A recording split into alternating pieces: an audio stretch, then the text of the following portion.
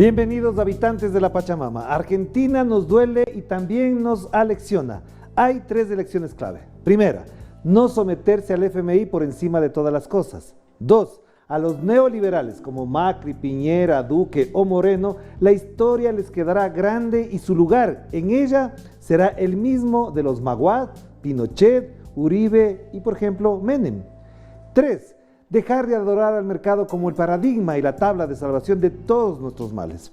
Argentina además ya no es un problema de estricta incumbencia de los argentinos. América Latina, sus fuerzas populares y progresistas viven el proceso electoral como suyo, como ya ocurrió cuando Lula, Néstor, Hugo, Rafael, Evo, Mujica, Fidel o Lugo disputaban con todas las fuerzas de la derecha procesos electorales, procesos políticos millonarios y ganaron con sola la razón de sus ideas y programas al servicio del pueblo. ¿Qué esperamos de Argentina y de los argentinos ahora? ¿Una luz para alumbrar nuevos caminos o también una pedagogía política para corregir todos los errores pasados y afrontar con mejor sabiduría los retos del futuro? Con Macri se desmitifica esa idea de que los empresarios son los buenos administradores del Estado. Antes de continuar con nuestro invitado, veamos lo que respondió Macri sobre la capacidad de manejar la inflación antes de ser presidente. Bienvenidos. No, ¿qué va a ser difícil? ¿Cómo se soluciona? No, la inflación es la demostración de tu incapacidad para gobernar. En mi presidencia la inflación no va a ser un tema, no va a ser un desafío. El desafío va a ser conseguirle trabajo a la gente, oportunidades de progreso a la gente, que haya más inversiones, más fábricas, que se duplique la petroquímica en Bahía Blanca, que se duplique la producción agropecuaria, que el puerto funcione mejor, que tengamos mejor ruta. Ese va a ser el desafío para que la gente tenga más trabajo. ¿Cómo se logra? Eso administrando bien la plata. Bienvenido Sebastián Nader, economista, analista político argentino, bienvenido acá. ¿Qué te parece? ¿Qué opinas? Te veía sonreír abiertamente. Bueno, confesión de parte, relevo de pruebas, ¿no? Ya la incapacidad por él mismo dicha, ¿no? Él ya mismo se condenó, sí. Bueno, bienvenido. De todas maneras, también gracias. te veo contento. Llegó Maradona a tu equipo de fútbol. Sí. Argentina de alguna manera está feliz y por supuesto el equipo de Cristina también le pone alegría a este momento difícil y complejo para Argentina. Sí, así es. Se empieza a respirar un aire de los sectores populares que vuelven a tener algo en que alegrarse, ¿no? Primero fue la elección de las PASO y bueno, ahora tenerlo a Maradona de vuelta en el fútbol argentino después de tanto tiempo alejado, después de su lucha con estas mafias también de la AFA, Claro. Y todo eso, y más que nada que venga a Gimnasia, que es un club del pueblo. Claro. Bueno, más todavía, una alegría Y grande. me contabas fuera de cámaras esta anécdota de que le entregan el rosario de la madre de Cristina y es cuando llora, cuando hemos visto en las, Sí, cámaras. así es, claro, la madre de Cristina, fanática, hincha de Gimnasia, yo recuerdo haber ido a cancha a veces, ella Cristina estaba también, arriba. ¿no? Cristina también, hincha Sí. de Gimnasia, sí, pero aún teniendo una presidenta tripera, hincha de Gimnasia, nunca hemos podido salir campeones bajo la gestión de Cristina y antes tampoco, así que difícil, esperemos que ahora cambie con el Diego todo Bueno, eso. entonces, a pesar de la alegría, a pesar de las circunstancias, la pregunta que quisiera plantear es ¿cómo se encuentra Argentina, cómo afrontan los argentinos esta nueva circunstancia política? Desde la economía ya sabemos lo que pasa, pero desde esa mirada, la perspectiva que tú tienes, ¿qué enfrentan los argentinos en estos momentos? Bueno, los argentinos en estos momentos enfrentan, digamos, una situación súper grave en donde se están tomando medidas de corto plazo que parecieran paliar un poco la situación real que hay, con estos pequeños aumentos o bonos salariales, con algunas reducciones que se quieren hacer de algunos impuestos en bienes de consumo básicos, y tratando de frenar algunos pagos, o estirando el pago de la deuda, algunas otras cosas, como para mejorar, dar un poco de aire previo a las elecciones, pero de fondo dejan un país con 400.000 puestos de trabajo menos, con más de 110.000 millones de dólares de deuda. 4 millones más de pobres. 4 millones más de pobres, exactamente, una caída del salario real del 30%, es decir, la situación, 10% de desempleo, lo cual es un disparate.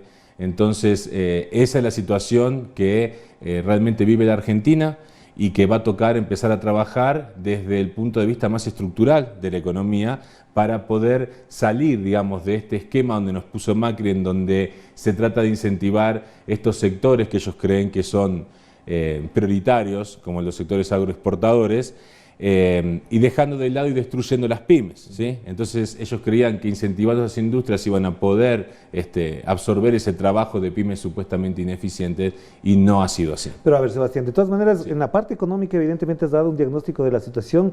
Obviamente no voy a dejar de mencionar lo que tú ya sabes, es que Macri recibió un dólar de 16 pesos y ahora tiene de 58 pesos o 60 en algunos casos.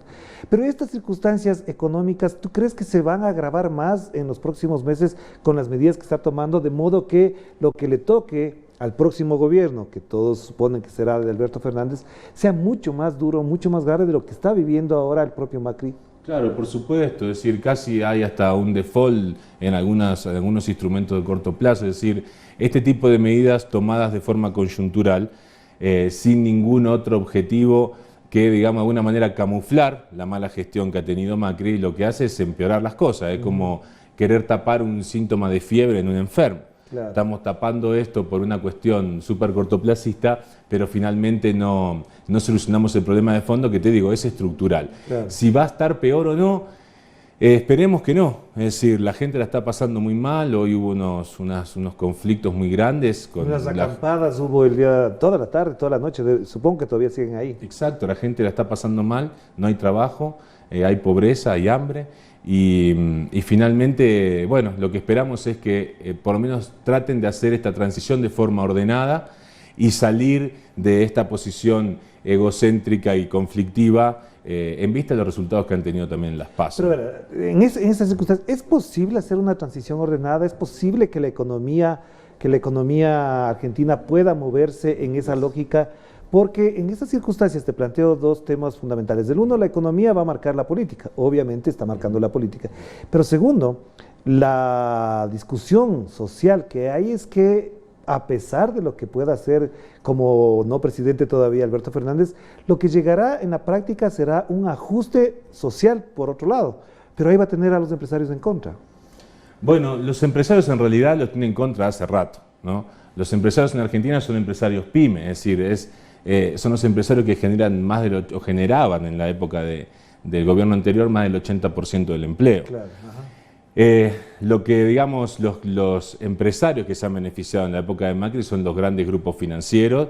Los que sacaron la plata, además. Sí, exactamente. De hecho, de esta deuda que te decía que hemos tomado más de 113.000 millones de dólares, 2/3 de eso se fugó.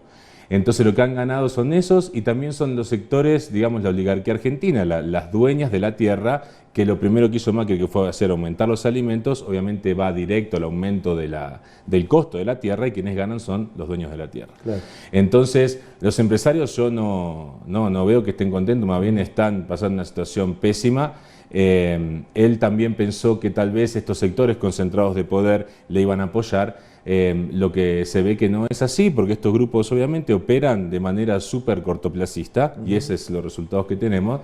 De hecho, grandes grupos incluso como Techín, ¿sí? A Roca tampoco le va muy bien con la era de Macri. Claro. Entonces, creo que ha sido muy desacertada las decisiones que ha tomado y ya, digamos, en los resultados de las PASO tenés Pero a ver, ¿hay conciencia en Argentina, hay conciencia en los sectores, digamos, que generan opinión, que generan movilidad social, discusión política, de que efectivamente Macri ya no tiene nada que hacer en el gobierno, de que efectivamente terminó su cuota, su plazo político y que efectivamente podría entregar el mando antes del 11 de diciembre? O sea, yo creo que, esperemos que no. Esperemos que no. Yo creo que tal vez lo ideal sería que él llegue hasta el final del mandato. Como vos decís, tal vez una transición ordenada tal vez no pueda ser posible. Pero sí es importante que termine su mandato, ¿sí? Me parece que no le hace bien a nadie esta situación de estar así a los golpes. Por la institucionalidad del país, creo que es algo que también tenemos que aprender. Es decir, no ganamos nada saliéndole a pegar en el tobillo a alguien que ya está caído. Creo que ya está. Más bien lo que toca es ponernos a trabajar en cómo vamos a hacer para transformar estructuralmente, como te decía, esta economía. Y la conciencia de los sectores yo creo que ya está, por eso se ve una esperanza en la gente Creo que esta esperanza la capitaliza muy bien, obviamente, Alberto, y bueno, Axel también en la provincia lo ha demostrado. Claro, Axel sí, sí.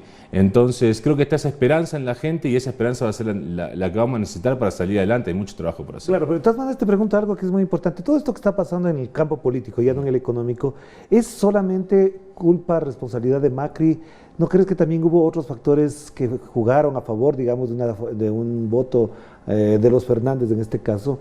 ¿Crees que hay otros resortes que no se han explicado, que no se han conocido, que no se han abordado para entender la lógica política? Porque te digo esto por dos razones. La primera es que las encuestas no solamente que fallaron, las encuestas no tomaron en cuenta, no consideraron particularmente esos valores que estaban gestándose alrededor de la gente cuando veíamos marchas todos los días, concentraciones, paros. ¿Crees que se abundó también en eso o no se conoció a fondo? No, sí, yo creo que fueron decisiones acertadas de él y de la visión neoliberal que ya estamos acostumbrados a ver. Esta idea de que nosotros tenemos que ser competitivos en una economía mundial y que entonces ir por el lado de la explotación primaria de nuestras economías ha sido un fracaso una y otra vez. Él se ha atenido a esto y obviamente los grupos que están cercanos a él se han beneficiado, pero digamos las mayorías y digamos los sectores populares siempre son los perjudicados de estos resultados, de estos procesos neoliberales, porque finalmente destruyen al entramado PYME, que es el que les da trabajo, y ese entramado PYME necesita cierta protección arancelaria de las importaciones, necesita que los costos de producción y de sus servicios no se disparen o no se dolaricen como está en Argentina, y finalmente eso es lo que han vivido. Entonces, sí, yo creo que es más bien por ese lado. Sí. Vamos a la primera pausa, Sebastián, para volver y seguir conversando sobre la situación de Argentina, que como decíamos en la introducción, Argentina nos duele a todos, porque evidentemente hay circunstancias particulares que nos invocan a pensar mucho más en estos momentos en lo que ocurre en Argentina, que lo que pasa a veces dolorosamente también en nuestros propios países. Ya volvemos enseguida.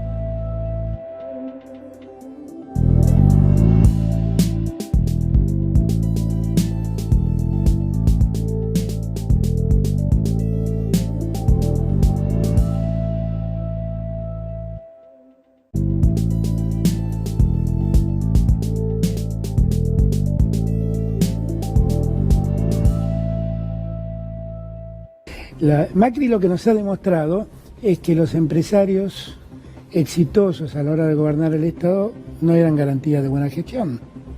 Los empresarios exitosos puestos a gobernar el Estado siguen haciendo negocios para sus empresas. Eso es lo único que nos ha demostrado Macri y sus amigos.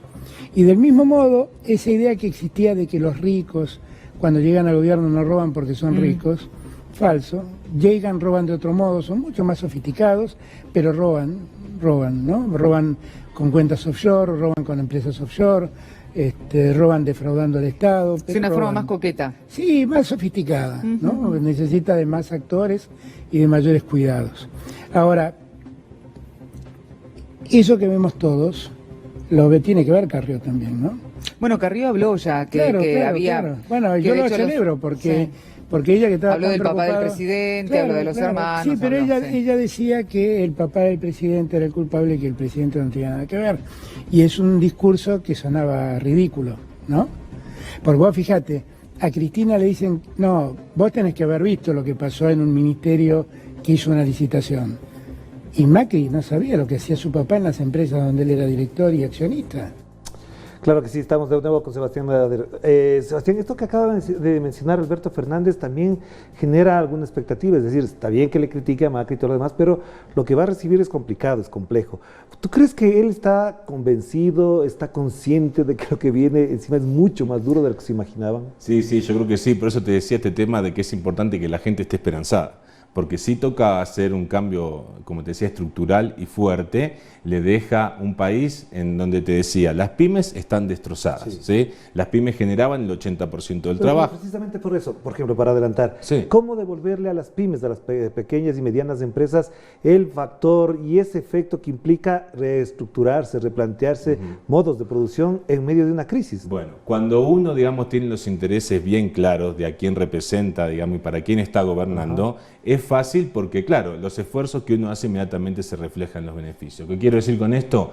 Por ejemplo, si vos ponés aranceles a las importaciones de las industrias que vos querés promover, entonces de esa manera vos impulsás a que la persona que está produciendo zapatos en Argentina no compita en igualdad de condiciones con el tipo China, por decirlo así de alguna manera. Por otra parte, lo que uno tiene que hacer también es incentivar al crecimiento. Para eso hay que dar líneas de crédito. Para eso también, por ejemplo, hay que dar subsidios a los servicios. Este gobierno de Macri, como representa otros intereses, por ejemplo, él en su momento, en la época de Menem, adquirió también empresas de energía. Entonces no les conviene, digamos, a su grupo que uno se meta en las cuestiones tarifarias, ¿sí? Pero si uno pudiera regular las tarifas energéticas que paga una pyme, entonces de esa manera uno también le ayuda a la pyme a bajar sus costos de producción y tener, digamos, una rentabilidad que le permita poder reinvertir, ir creciendo, porque el empresario pyme tampoco está buscando tener una cuenta en Suiza con 20 millones de dólares. Claro, es una persona que lo quiere vivir bien y se de vacaciones con su familia y generar trabajo. Y además que es un entorno familiar generalmente. Por supuesto, y aparte, exacto, es un entorno familiar, pero además también los trabajadores también forman como una familia dentro de la pyme, no la lucha cuerpo a cuerpo entre el dueño de la empresa y el trabajador. Pero a ver, Sebastián, en este punto, ¿qué va a diferenciar la gestión de Alberto Fernández a lo que fue el kirchnerismo durante más de 10 años? ¿Qué sería lo que le caracterizaría o le identificaría a esta gestión, ya no considerando lo que deja Macri, sino la propuesta para ese futuro? Bueno, yo creo que va a ser bastante similar al gobierno de Néstor y de Cristina Kirchner. De hecho, bueno, Alberto viene del gobierno, para quienes no saben, de Néstor Kirchner, estuvo muy cercano durante su gestión, después por algunas diferencias con Cristina él se alejó. Pero, digamos, dentro de su formación ideológica siempre está la misma motivación. Pero ya no es la misma Argentina de hace 10 años. Ya no es la misma Argentina, pero es una situación similar a la que salieron Néstor, e incluso con una situación mucho peor que Alberto, porque Néstor tuvo que construir su legitimidad porque su porcentaje de votación había sido mucho más bajo. Claro. Recordá que Menem le dejó en la segunda vuelta. En la segunda vuelta Menem y se quedó. Entonces, él sí ya viene con una legitimidad de la gente que le está diciendo más del 45%, vamos, para adelante. Entonces yo creo que va por ese lado, va por el lado de proteger a la industria local, de incentivarla con créditos, ¿sí? De empezar a regular las tarifas aumentaron 2000%, no solamente para las empresas, para la gente. Se hace difícil llegar a fin de mes, ni hablar un jubilado, como te decía, los salarios reales bajaron, las jubilaciones bajaron. Entonces lo que hace falta es alguien que entienda al Estado no como un estorbo, sino como una herramienta para regular las, digamos, imperfecciones que tiene el mercado y lograr, digamos, que despeguen sectores que le hacen bien a tu economía, como puede ser las pymes y un montón de otras cosas, ¿no? Pero Sebastián, de todas maneras, si es que va a ser lo mismo, como tú dices, a lo mejor habrá matices en eso, también va a recibir la misma oposición. Van a estar los diarios, Clarín, La Nación, van a estar los empresarios, va a estar el propio Macri del otro lado. Es decir, ¿tú crees que se va a repetir entonces ese mismo esquema de disputa y tensión política que vivió Argentina durante el kirchnerismo? Mira, puede ser. Yo veo también un aprendizaje de nuestro lado, también desde el progresismo, en donde también hemos dejado, se ve mucho en el discurso de Axel Kicillof. Kicillof ha caminado la provincia de una manera impresionante. Casi 3 barrios por día, me contaba él mismo. Sí, no para. Bueno, lo mismo Alberto. Entonces, yo creo que esa cercanía con la gente, digamos, te permite salir de la disputa personalista y empezar a trabajar para los problemas de la gente.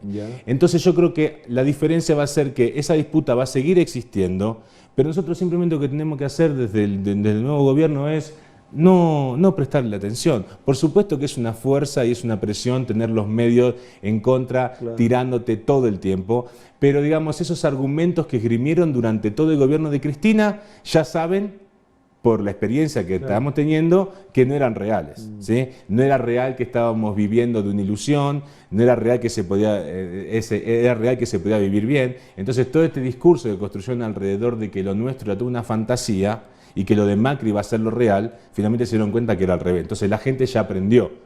Pero entonces eso también aparecerán otros Jorge Lanata, volverán a hablar sobre esos temas, volverán a inventarse y forjar casos, como pasó, que ahora se derrumban. Sí. O ese aprendizaje también pasa por el lado de la prensa y de alguna manera se volverá más decente de lo que debería ser. Yo no creo, la prensa responde, como dice Rafael Correa, siempre al dueño de la imprenta, ¿no? Claro. Entonces, la libertad de expresión, dice él, ¿no?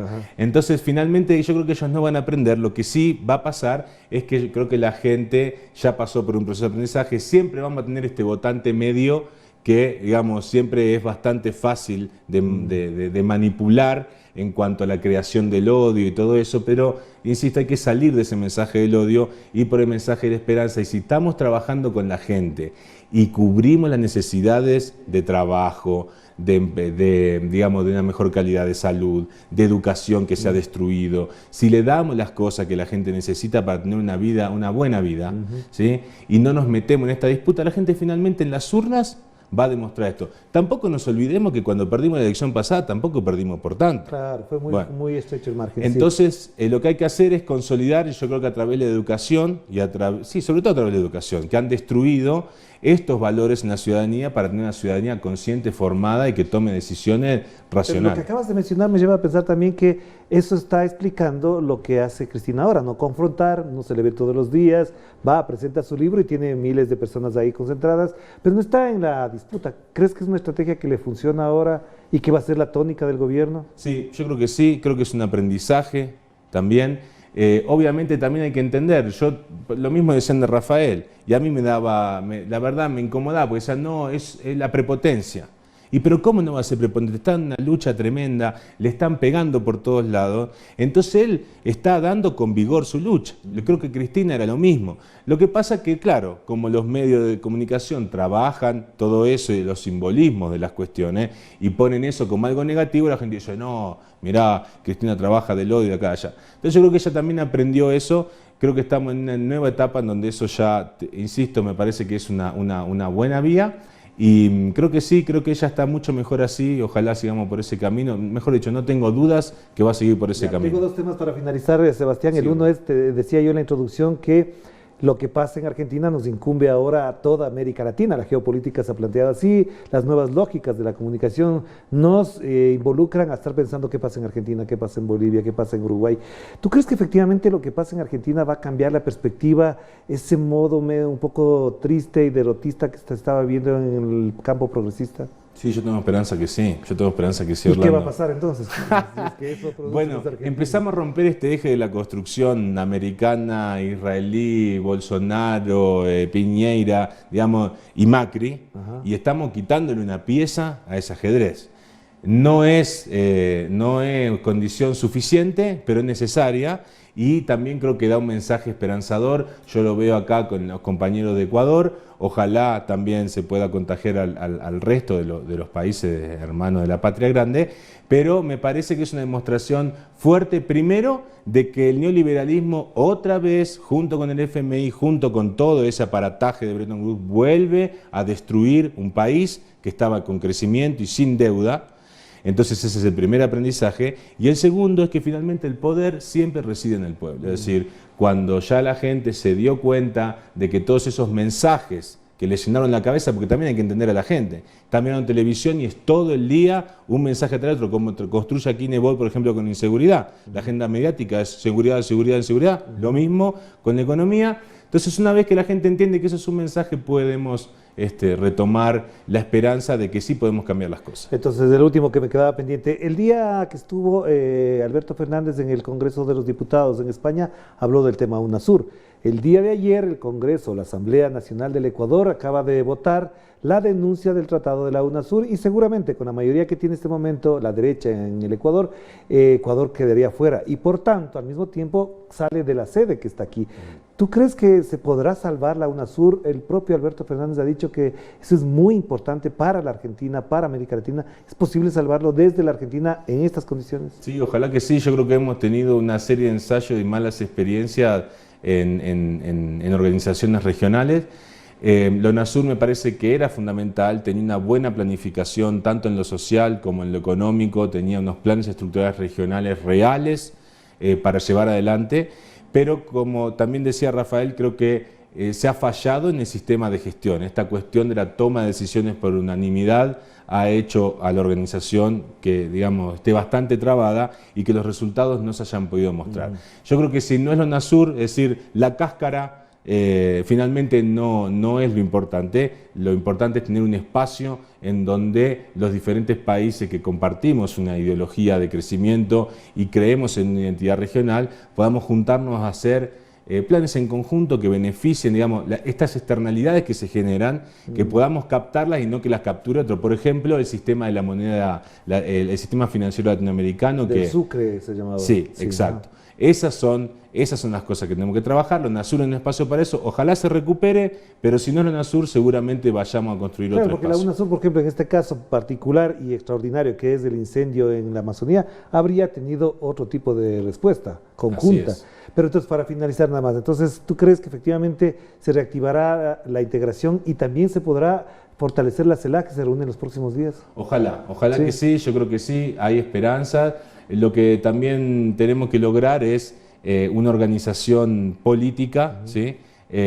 Más robusta en términos, primero, internos, en todos los espacios de distintos países de Latinoamérica.